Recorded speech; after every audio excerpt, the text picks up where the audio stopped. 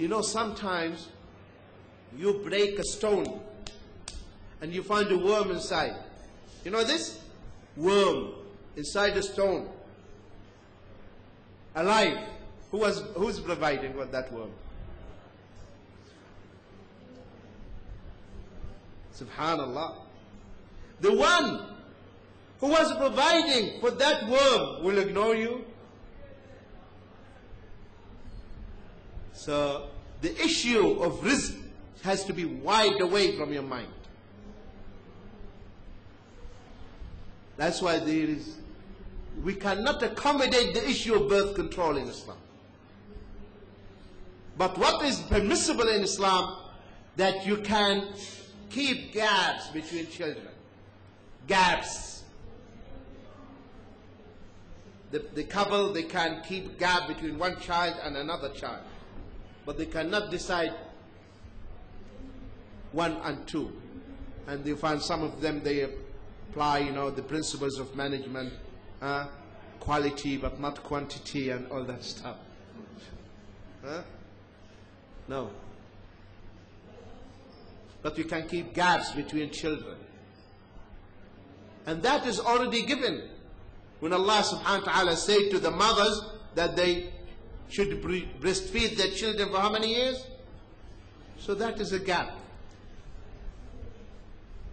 And normally a woman who breastfeeds doesn't get pregnant, normally. So that is a gap between one child and another child. So that is permissible. But to decide not to have children anymore, what if you lose those children? Or some couples, they will say, maybe later on we will have children. And they carry on using contraceptives.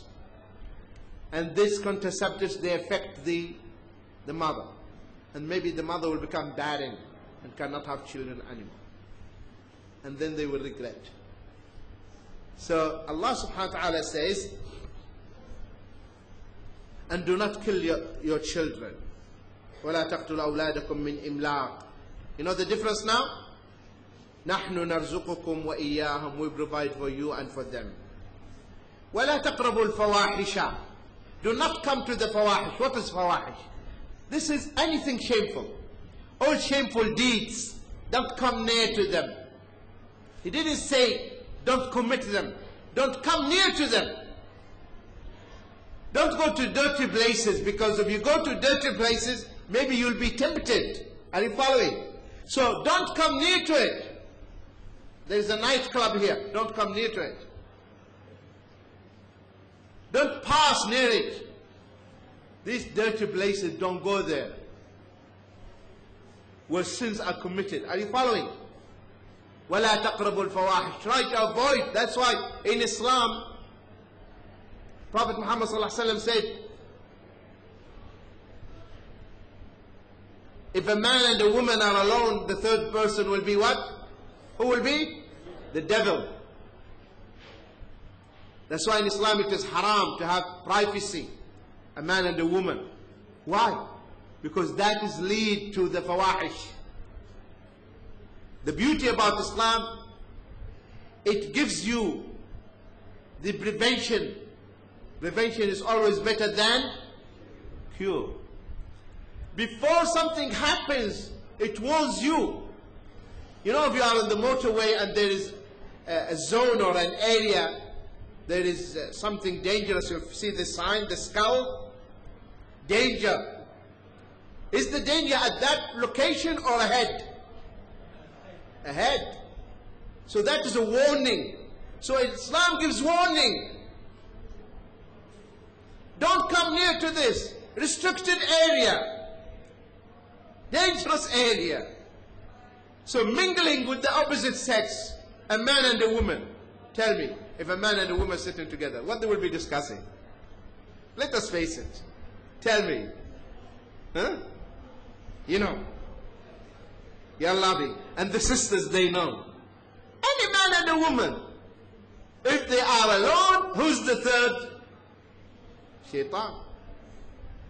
That's why Allah, who created us, He knows us. And He said, Tell the believing men, وَقُلْ لِلْمُؤْمِنِينَ يَغُضُّوا مِنْ أَبْصَارِهِمْ. Tell the believing men to lower their gaze, and tell the believing women to lower their. Don't look at each other, because you know what is going to happen. True? Oh, no, my heart. No, don't play to that trick. Huh? Don't say my heart. Allah knows your heart. And He says that is not allowed, because the devil is there.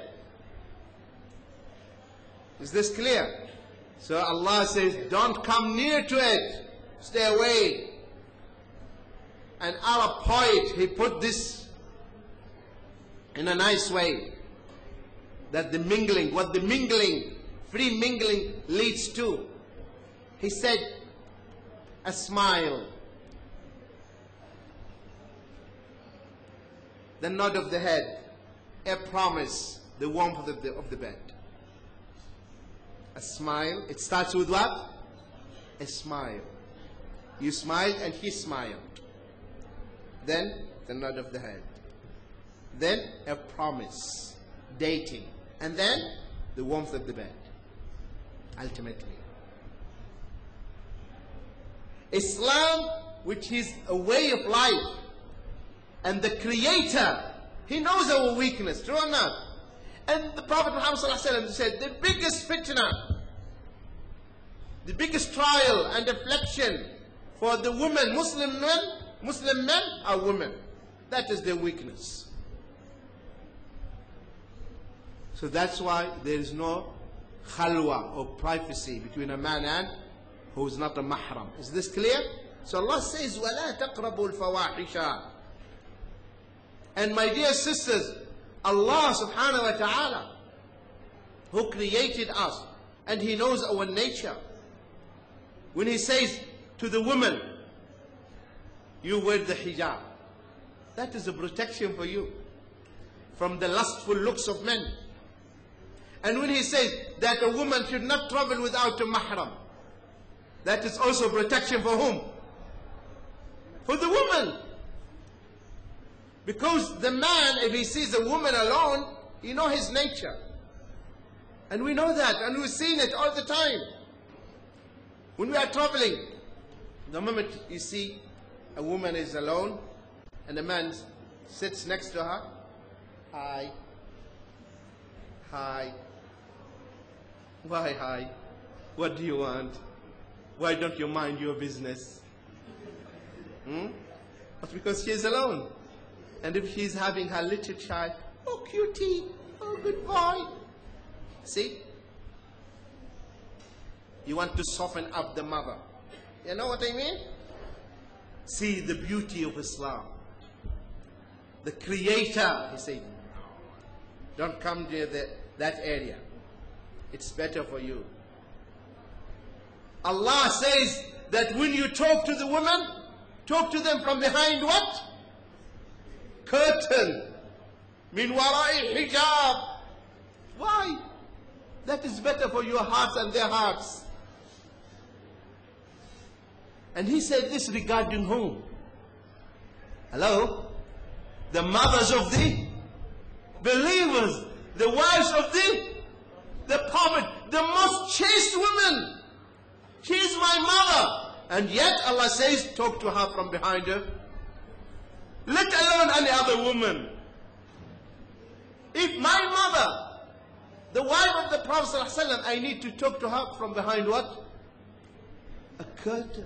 Those who have the pure hearts. How about the rest? Are you following? Is this clear? Are you following, brothers? If he tells you, you talk to Aisha from behind the curtain, who has a pure heart, your mother and the mother of the mu'mineen. How about the others who have sick hearts? You talk to them like that, and you mingle with them? Subhanallah. So we have to understand our deen. وَلَا تَقْرَبُوا الْفَوَاحِشَ. So Allah is saying, don't come to the fawahish, the shameful deeds. And whatever, that's why in Islam, whatever leads to the haram is haram. Whatever leads to the haram is what? haram. The ruling to the means, the ruling that is applied to the goal is applied to the means. What does it mean? I'll explain this. Zina. Zina is haram. So the means that leads to the zina is what? Haram. Are you following? Zina, adultery, fornication is haram. So anything that leads to that is what? Haram. Free mixing leads to it or not? Being alone leads to it or not? So whatever leads to the haram is haram. And whatever leads to the fard is fard. Are you following? Whatever the means that will lead to the obligation